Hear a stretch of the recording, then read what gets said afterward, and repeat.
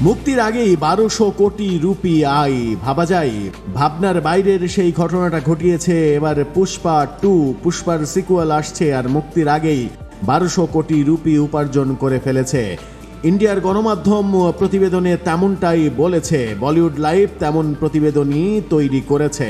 এবছরের সবচেয়ে hyped cinema Pushpa 2। Allu Arjun, Rashmika Mandanna ও ফাহাদ ফাসিলের সিনেমাটি এখন পর্যন্ত 2024 সালের সবচেয়ে ট্রেন্ডিং টিজারে রয়েছে।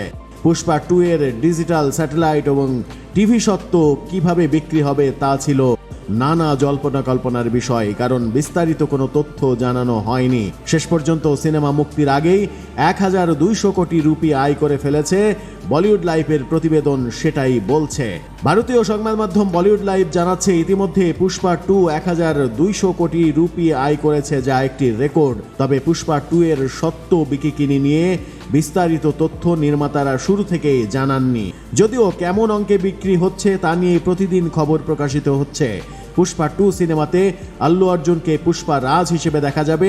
তিনি দক্ষিণ ভারতের জঙ্গলে পাওয়া লাল চন্দন কাঠ পাচারের ব্যবসায় আধিপত্য গড়ে তুলবেন। পুষ্পা 2 এর প্রি রিলিজ আয় ওটিটি স্যাটেলাইট সত্ত্ব থেকে বিপুল আয় করছে এমনটাও শোনা যাচ্ছে। শেষ পর্যন্ত কত সেই হিসাবটা কি দাঁড়ায় সেটাই দেখার বিষয়।